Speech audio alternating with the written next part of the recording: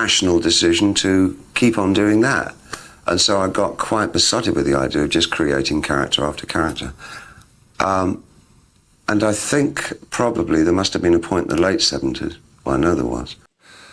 So I was sitting at home not too long ago, going through some old photographs, and somebody asked me a question I'd never really stopped to think about. They said, "Who are the 5 people you've loved the most?" And I sort of, I smiled for a second, because that's a much easier question than asking who was the greatest, or who sold the most records, or any of that nonsense. People usually want to know about the career, the costumes, the characters, but that's not what comes to mind anymore. Not at this age. So I gave that question some thought, and 5 names came into my head almost immediately. The first person I thought about was Marc Bolan. The first name that came into my mind was Marc Bolan. People remember Marc as this glittering godfather of glam rock, you know, the corkscrew curls and the velvet jackets and that voice. He was the first real star of that whole era, and he wore fame like it was a second skin. But that's not why he mattered to me. Not really. Marc was one of my earliest friends in the business. Before the fame, before the costumes, before any of that. We met properly when we were both painting a wall. Our manager's office, I think it was. And Marc looked at my shoes and told me they were crap. So I shot back, "Yeah, well, you're short." That was it. That was the beginning. 2 kids from the suburbs, scrapping their way towards something bigger. We used to go dustbin shopping on Carnaby Street together. 9 or 10 o'clock at night, walking up and down, pulling clothes out of rubbish bins because we couldn't afford to buy anything new, getting our wardrobes together from garbage, and we'd put on these fake American accents, tell girls we were backing singers for Roy Orbison, just to see if we could get away with it. We were playing characters long before anyone knew we were characters. I remember being in Tony Visconti's flat, the 3 of us, just jamming, Marc and me and Tony. No audience, no pressure, just making noise for the joy of it. Tony never recorded any of it. He said he had no idea we were going to become legends. None of us did. We were just young men who loved music. The funny thing is, we drifted apart, right when we were both trying to become very, very big. There wasn't room for both of us, or at least we didn't think there was. And I remember that distance feeling horrible, truly horrible. We couldn't be close when we were both ascending, but then, once we'd had a certain success, we became friends again, just before he died, and we got to share a stage one last time. I performed Heroes on his show, and afterwards we just laughed. We were just 2 old friends, having fun. When I think about Marc now, I don't think about the rivalry or the glitter. I think about him walking down Carnaby Street with me, pulling a ridiculous jacket out of a bin and holding it up like it was the crown jewels. That's the Marc I still miss. The next person I want to talk about is John Lennon. Now, John was, everyone knows who John was, the smart Beatle, the witty one, the voice behind Imagine, a giant. And the public reason people would assume he mattered to me is obvious. He helped me get my first #1 in America. He blessed the upstart, but that's not why. I was terrified when I first met him. Elizabeth Taylor introduced us at a party, and I remember thinking, "It's John Lennon. Don't mention the Beatles. You'll look really stupid." So I just blurted out, "I've got everything you've made, except the Beatles." Brilliant. Anyway, a few nights later, I was at the Grammys, and I had to present an award to Aretha Franklin. She snatched it from me and walked off without a word. I was mortified, just slunk off stage, and John bounds over, gives me this theatrical kiss and a hug, and says, "See, Dave, America loves you." He saw my embarrassment and he made it funny. That was John. He was over-endowed with opinions, that man. He would wax on endlessly about any topic under the sun, but the seductive thing about John was his sense of humor. He was funny, properly funny. When we got together, it started to resemble Beavis and Butthead on Crossfire. Just two idiots, riffing off each other. One night, he and Paul McCartney showed up at my hotel suite, 3 in the morning. The Beatles had been broken up for years, and there was still this strange distance between them. But they were there, together, in my room, and we sat up talking until dawn. John suggested the 3 of us become a trio. He wanted to call it DBB, David Bowie and the Beatles. It never came to anything, of course, but I remember thinking, this is my life now, sitting in a hotel room with John and Paul, talking about starting a band. The last time I saw him was in Hong Kong. We went to this market, and there was a stall selling old clothes. There was a Beatle jacket on the stall, and I asked him to put it on so I could take a photograph. I've still got that photograph. The jacket doesn't fit properly. It looks like John had outgrown it, and there's something about that image that gets me every time. He was more than the legend. He was a person who changed, who grew. We used to sit in hotel rooms and tell jokes. He had this one about a kid running up to him and asking, "Are you John Lennon?" And he'd say, "No, but I wish I had his money." I stole that joke, used it myself. And months later in Soho, a voice behind me asked, "Are you David Bowie?" I said no, but I wish I had his money. And the voice said, "You lying bastard, you wish you had my money." It was John. He'd found me. We laughed about that for ages. We could laugh at ourselves, at the absurdity of it all. When he died, I was just numb. I performed Imagine a few years later, on the anniversary, and there was no talking backstage afterwards, just silence, because of all the emotion. But I don't like to end on that.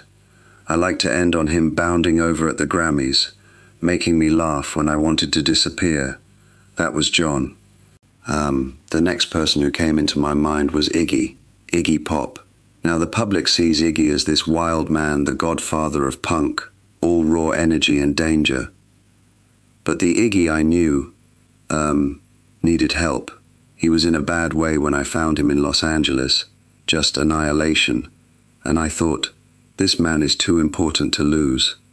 So I brought him along on tour, bought him a suit, took him to Berlin with me. And Berlin, that was a special time.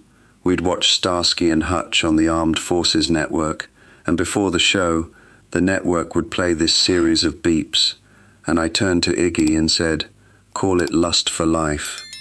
Write something up," and he did. A song born from television and a cheap ukulele. That was Iggy. He didn't care about the rules. He had nothing to lose, and he reminded me that I didn't need to be perfect either.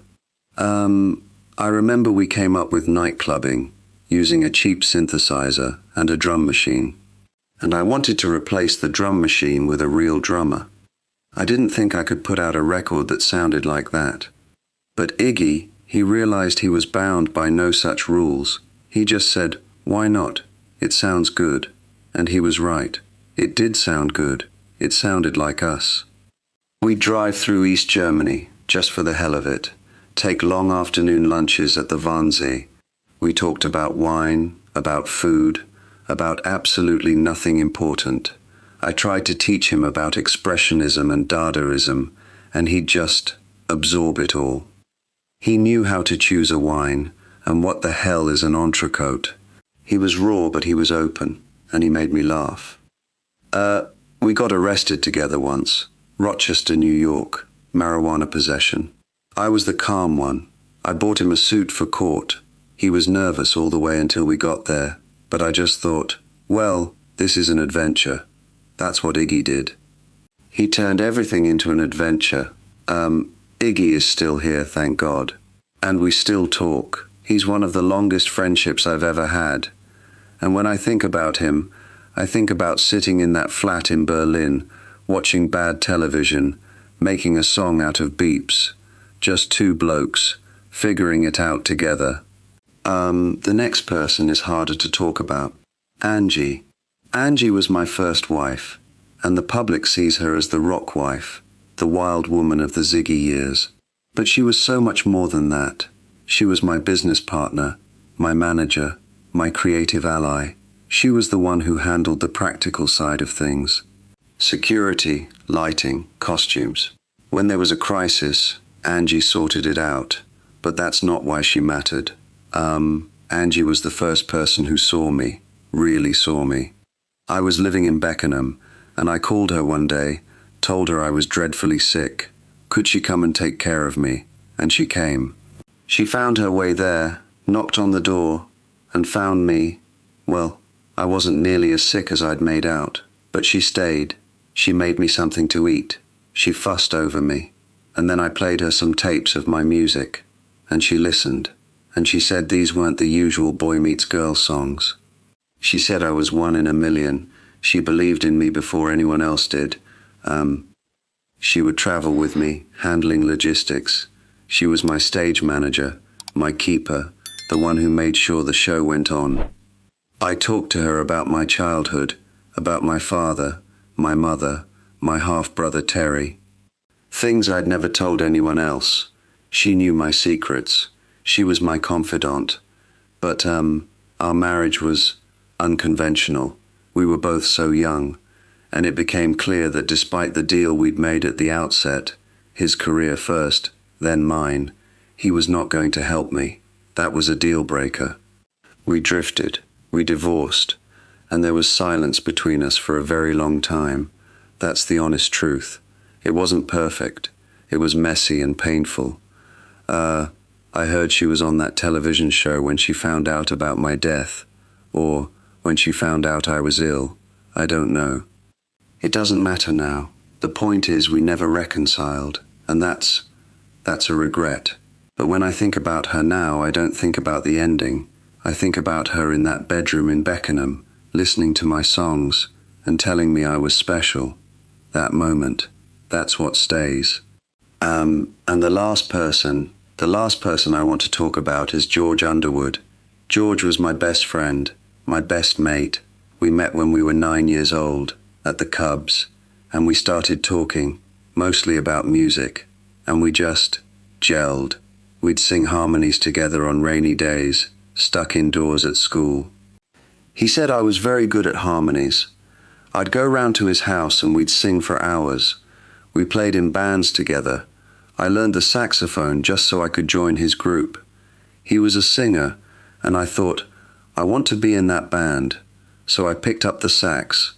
We did a few gigs together, just two kids making music. And George is the one who gave me my eyes, my mismatched eyes. We had a falling out over a girl, and he punched me, but I never held a grudge. In fact, I thanked him for it. The injury gave me something unique, and he never stopped being my friend. We used to pretend to be Americans together. Sit in a seaside cafe, put on fake accents, tell girls we were backing singers for Roy Orbison, and we'd laugh all the way home, because these girls were lapping it all up. Just two teenage boys fooling around. He was very funny, George. He still is. He's still here, still making art. He designed some of my album covers, you know, the Ziggy one. But our friendship was never about the work. It was about the fact that he knew me before I was anyone, before the personas, before the fame.